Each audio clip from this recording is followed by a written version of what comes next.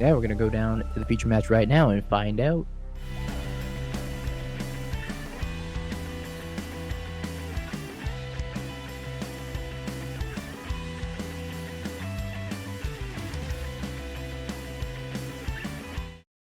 MTGO Masters Season 2, Week 7 elimination match. We got Rebel on mono red Prowess, splashing a little bit of green. We got Jim Davis on 5-color creativity. Looks like Jim's on a hefty mulligan to 5. It's just got a reprieve and a paw patch foundation. What's this card? Formation, it's the name. Formation. Certainly another hand I would be excited to open with against Prowess. Not only are you on 5 cards, you really have 2 spells, but they both of them barely do anything, so Prowess is not a deck that lets you mess around and just spend your mana on cycling and doing nothing. Yeah, So the paw patch is pretty nice against the slick shot show off that's in Rebel's hand. However, this reprieve is going to be pretty much useless unless maybe you can get away with reprieving the slick shot show off if it doesn't get plotted. But reprieve oh seems yeah, I like a actually missed low that. value. So you can just hit a creature with flying and you can just kill it. Yeah. Okay, well that makes it much better than I thought at first, but we'll see. Of course, players are aware of each other's deck list, so maybe Slickshot Shove is gonna be plotted now. Yeah, it looks like it didn't cast it main phase 1, so I imagine it's going to exile. But Mm-hmm. Really good ways to punish Jim holding up his mana, I guess. Like no real great play, right? You see that this show off is coming next turn, so you kind of want to keep the formation, but then also you want to spend your mana to cycle, maybe get to creativity. yeah, Jim needs land number 4 and creativity, so I am kind of a fan of just cycling here and cycle into a Fable. So, I mean, if Jim doesn't just die this turn, he's setting himself up pretty well. I'm just gonna leave up reprieve instead of casting the Fable here. Pretty heads up because you can reprieve this slick shot show off that's being plotted. Interesting decision. The table is pretty good, right? It would cycle your hand, it would give you something valuable, perhaps, but the odds of the Goblin Shaman surviving are nearly zero. And you know that the show off is gonna show up, so I might as well keep up reprieve now. Yeah, I think if Jim actually tapped out for the Fable, I think he was just dead because Rebel gets to go Swift Spear, Slick Shot, Galvanic, Bobble, and Bolt all in the same turn. And I think that was just lethal. So very heads up for Jim not to just tap out for Fable. How did you feel about casting the Slick Shot show off after it gets reprieved? Because you do have the 2 mana with this Wooded Foothills. Does make sense to do this. Like the reasons you would want to keep up mana is because you would like to be able to take down the dwarf token that would turn into Archon of Cruelty, but with the food token from Popotch formation, Jim is able to go for a safe creativity if he has it. Anyway, so Yeah, I think maybe Rebel was incentivized to tap out for the Slick Shot show off with the Bobble. Given that the food token's on the table, if there was no food token, I agree leaving up a removal spell for the Dwarven Mine is very important. But I mean, she's kind of in a bad spot if Jim can top deck both land and creativity, but it's gonna take him at least a turn.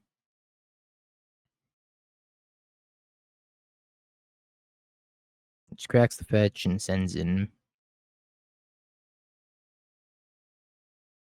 bolts upstairs, gets in some damage. Was that 9 damage total? We're gonna Galv our own creature as well. This is really aggressive, but I like it. yeah, that's interesting. It is more damage than sounding a show off would have been, I suspect, although it still leaves Jim at 5, which is enough to like fetch and play creativity. Of course, we know that Jim, having neither of those cards, cannot top deck both of the missing pieces in his draw step. So, Yeah, I think if it's just a Fable for this turn, it's over. mhm. Galv the Fable token, send in, and that's that. I guess you gotta play the slick shot too. But either way, looks like Rebel's gonna go up a game here. As we Yeah, mentioned, this no free spells in Jim's deck. So yeah, cost is creativity clear. not being able to play free spells, it's so rough for that archetype in general. Just to always have to have mana up, and if you start missing land drops, especially, it becomes super rough. All right, we see the Blood Moons instantly come in on the side of Rebel as well. Very good tool in the matchup. The only thing that gets around the Blood Moon is Fable. It's always pretty funny how creativity is like in a way a 5 color deck, but in another way kind of a mono red deck. But it gets hosed by Blood Moon Oh, you know what? Paw so Patch badly. Formation is actually an answer to Blood Moon if you can float a green in response. Wow, The tech. that's actually deeply impressive. Yeah, Jim's hovering these reprieves and these spell pierces. I kind of think reprieve is a little bit worse than spell pierce. Like spell pierce can be good if you can tag an unstable amulet or blood moon. Either way, I think these anger of the gods are definitely slam dunks here. Yeah. On the other hand, spell pierce maybe moving away from it would let you lesser the need to fetch blue mana early, which is also pretty relevant against a deck that taxes your life total heavily. I actually kind of like that. Yeah, if you cut the spell pierces, then you don't have to fetch blue, and you could be like a 3-ish color deck for the most part. Of course, leyline binding still exists, so it's kind of a hard question, and there's probably no great solution that gonna cover all of the situations. Yeah, so Jim also elected to keep 3 copies of Archon. How do you feel about like a 2 Archon, 1 Elish Nord split? Or you think 3 Archons is correct? I think I would lean towards Archon of Cruelty. As we've seen, the Rebel was able to win with just 2 creatures on the battlefield, the third one getting summoned. Like the boards just don't get so wide for Elish Norn to shine. This is not Ocelot Pride, Ajani, 10,000s of tokens in play that you can just sweep with Elish Norn Grand Cenobite and in one swoop. It's, I think, forcing your opponent to sacrifice 1 creature and then crucially gaining those 3 life points back immediately is preferable. I agree. I think they're both really good in the matchup. Particularly against this version of Prowess because it has Amped Raptor, so I think Elish Norn gains a little bit of equity there because it's a little bit wider on creatures than the average Prowess list. And once again, Jim got bamboozled by the plot ability, wasting all of his mana, and now he's in an awkward spot again. Yeah, Does he play Renin 6 to pick up his fetch land, or you play a tapped Dwarven Mine, which doesn't feel great. yeah? I feel like you probably just have to Ren here. I mean, he's getting Blood Moon for it, but I think you don't have much of an option. So now Rebel gets to go bring back my Slick Shot, Blood Moon, and could spend the mutagenic growth to kill the Renin 6. I guess you don't really care about the Renin 6 anymore, though. Yeah, when everything is a mountain, Ren's ability is not all that exciting. I Yeah, you guess it can. could nab your Armed Raptor down the road, but The mutagenic on defense actually stops this Anger of the Gods, so holding the mutagenic is going to be really good here. yeah, and we know that Jim is running a full playset of Lightning Bolt too, so that's even more incentive to keep your mutagenic growth uh, for later. Oh, I didn't do a lethal count. These bolts are 5 apiece, 10, 11, mutagenic, 14. I count 14 damage. 15, 16 if you cast the Pick Your Poison on nothing. All right, seems like just Oh, we're going for Armed electing Raptor instead. for Amped Raptor over Blood Moon. Perhaps afraid of Spell Pierce. Yeah, There's only 1 copy of Steam Vents in Jim's deck, so I guess he would not be able to cast the Spell Pierce. that is true as well. I would have to get, was it Xander's Lounge is the other blue source? Mm-hmm. I think there's the Thundering Falls maybe. But this play should set up lethal on the next turn, and you get to keep up Lightning Bolt for the potential creativity. So So if Jim Probably goes that for was this the.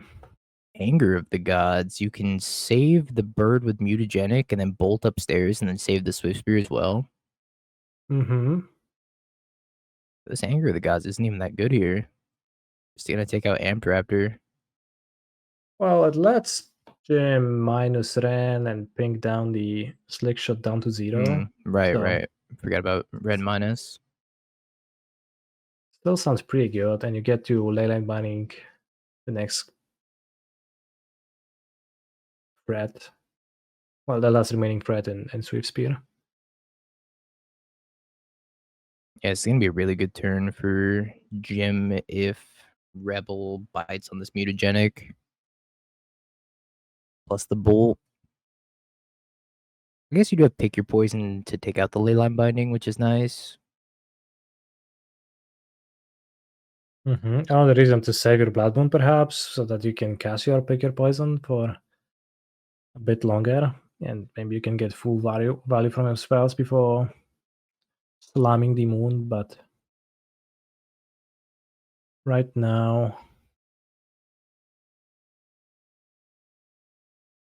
I don't think there's any copies of Manamorphose in Rebels list either, so it can't Manamorphose into green post Blood Moon. there's no Metamorphose, that is correct.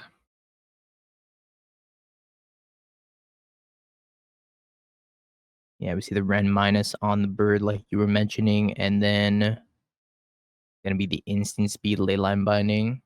No reason to cast at sorcery speed, so makes perfect sense. And now Rebel is in a pretty awkward spot. I guess we cast the Blood Moon to get a sorcery speed. So, okay, Jim just fires it off now. So, say if Jim floats a white, no, I guess he couldn't cast if he floated the white, right? Because all of his lands are in the Yeah, mountains, yeah. so he doesn't have enough E- types. Exactly. So Blood Moon just always gonna make Leyline Binding cost 5 mana in this spot, so Now we can float a green in can never get response, it. and then you definitely want to float the green and then let all this resolve and then pick your poison. hmm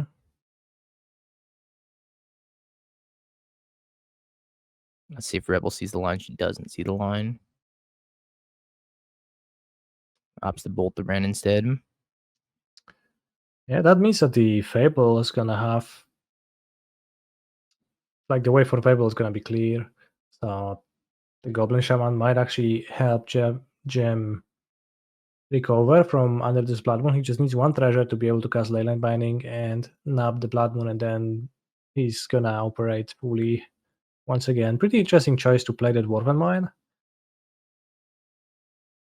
Yeah, maybe he was just anticipating that mana development was going to be good here. So you can creativity from multiples. hmm Either way, there's no pressure on the side of Rebel, so I think Jim's pretty much in the clear and can probably just ignore this Blood Moon. Could double Well, Lava so Dart the down the Lava Dart Goblin Shaman. probably gonna take down the Goblin Shaman, right? And then we're back to square zero, where just no player is doing anything. Ooh, Another another Fable. Fable. That's just the best card for Jim right now.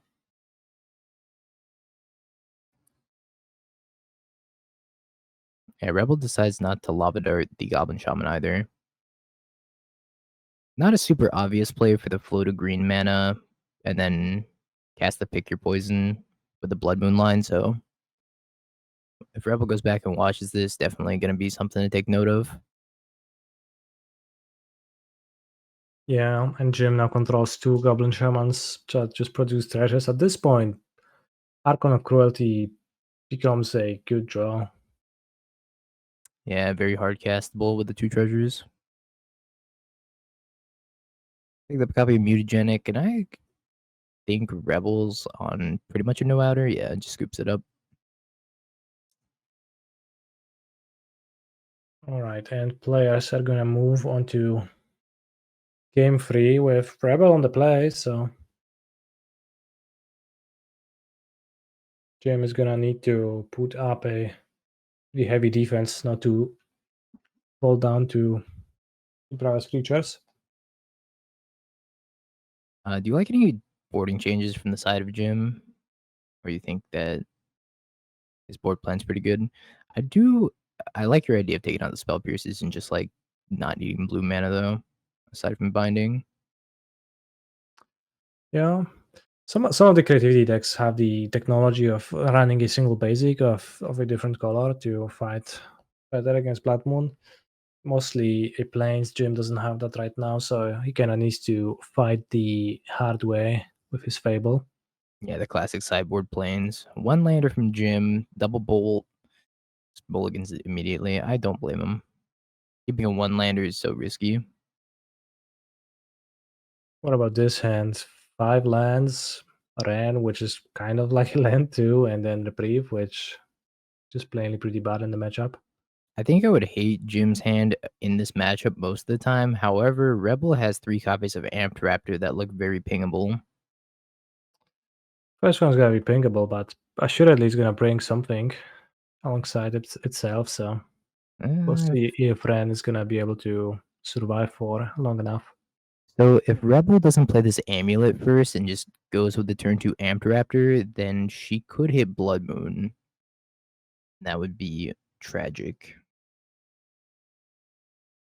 Yeah, we're likely to go with the unstable amulet. I'm curious to see if she activates it. Yeah, an interesting spot. You're pretty incentivized not to. I think maybe you spin the Raptor first and then activate if you have leftover energy. Hitting Blood Moon here is like pretty good, and leaving up Reprieve though.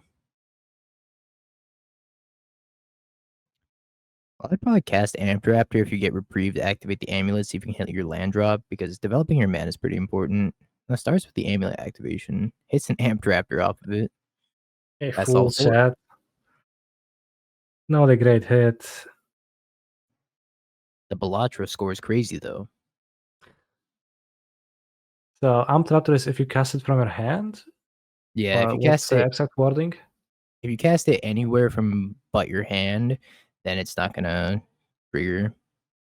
It'll just give you the Mhm. energy, but no pseudo cascade effect. So not an ideal hit from off of Unstable Amulet, but it's gonna set the previous Raptors back to the capability of hitting Blood Moon, so it does make sense. I think if you're Jim now, you're pretty incentivized just to play out Ren and 6 and try to ping it. Assuredly. Oh, there is actually a basic line in Jim's deck. There's even a main deck one, a Forest. Forest.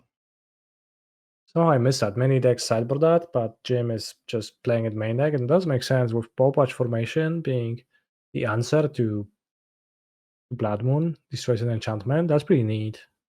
That's very heads up. And you probably see that more consistently than Leyline Binding. It's easier to cast through Blood Moon than Binding. Hmm. Alright, we drew a third land. Starts on Amped Raptor. I agree. See what we spin into here. Hopefully Blood Moon. Lava Dart. Lava Dart the Ren. Spend the other Lava Dart from your hand. Makes Take out the sense. Ren.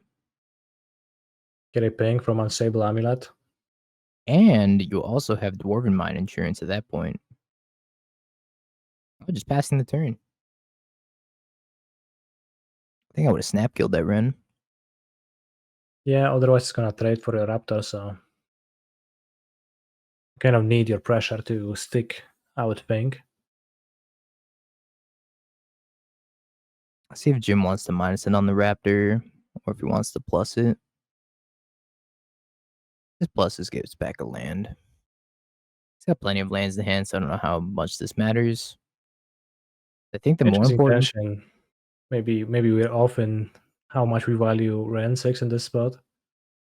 I think the Amped Raptor is probably going to go after Ren and 6, and then Jim can bolt it.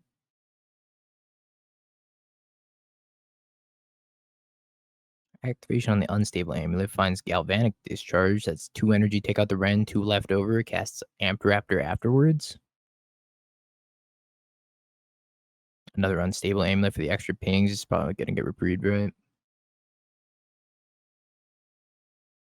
Yeah, it seems like Rebel is opting for the strategy of maximizing the unstable amulet pings. So you set up your amulets and then you cast all your raptors, all your lava darts. Kind of a heater of a draw for Jim. Well, Now his take note of the friends. fact that Steam Vents is in his hand. He Oh, cannot you're cast a spell right. pierce. Wow, that's gonna be super relevant. I imagine this discharge is gonna go after the Ren, unless Rebel just wants to redeploy this amulet and play it slow. It does make sense to redeploy the amulet, play your 2 mana card while you can, and just try to go all in next turn. Every extra spell you're gonna cast is gonna ping Jim for 2, so Yeah, the question is, how much do you value this Ren in 6? And Rebel says not at all. You can have it. Taking the shields down against the creativity here is kind of scary. You have one lava dart as your insurance. I guess it is scary if Jim draws a creativity and plays under Dwarven Mine and casts it with X equals 2. I guess that would guarantee an Archon of Cruelty.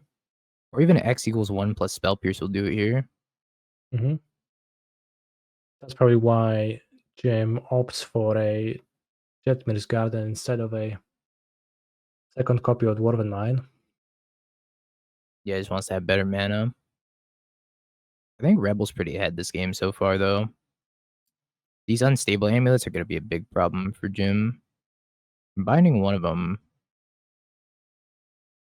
It's not too attractive, right? You kind of end up behind on card advantage if you do that, but yeah, because well, that there's Galvanic a lot of Discharge damage. is notably still castable even if the amulet's not on the field. Mhm.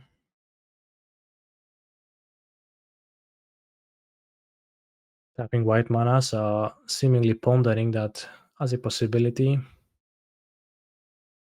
Choosing Steam Vents as his land drop for the turn. And just the Steam Vent's gonna go. Land was a big top deck because now you get to go activate unstable amulet, see what you find here. Another Galv. So you probably go land Galv. That's how I would start this turn. Or just Galv. Could also lead on Raptor, right? Get a little bit more energy here. I don't think there's any 4 drops, so this probably doesn't matter. You can just lead on Amped Raptor. Actually, I wonder if you even necessarily want to deal damage to Ren, right? Maybe the energy is more valuable. I You think so. exile more cards with your amulets. It's pretty close call. Yeah, I don't know. We still have another one under the other amulet, so maybe we can just use it on our own creature to gain 3 energy. This is a couple more pings going to Jim. Lava Dart is worth 3d4 damage at this point. And then Bolt's another 3. And the That Lava is Dart in the graveyard's 3 more. This is so so much much damage. damage. It's so hard to avoid it. And the Lightning Bolt's gonna get got if Rebel just goes all in and goes Lava Dart, Bolt. Starts to Lava Dart out of the graveyard, 2 pings from the unstable amulets. Mm-hmm.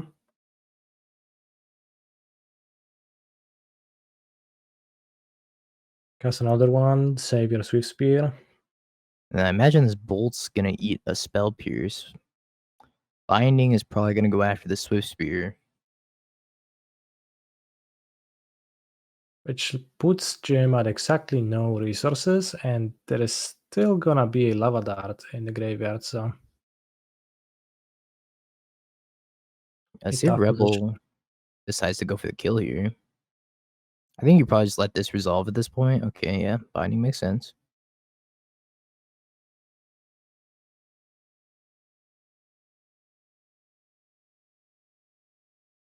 Now the question is, do you go for Bolt plus Lava Dart out of the graveyard? Because that is lethal. No, so it's 1 short, right? Yeah, it Yeah, it's seems 1 one short. short. My Lightning bad. Bolt's cast from hand, so no extra pings, and then Dart is just 3 damage. But realistically, I don't think Rebel can lose to Jim's current hand with the Lava Dart in the graveyard plus the Bolt in hand plus the Discharge. I agree. I agree. Jim is probably all but done right now. I definitely like spending the Discharge here. And then if like something horrible happens and he goes for if he had the creativity, for example, then That's totally fine. You can just lava dart it.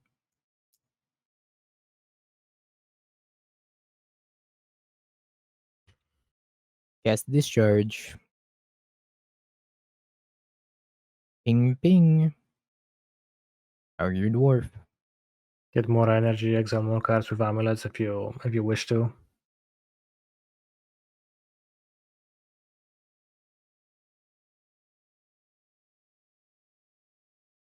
Gonna go to combat here and attack Jim.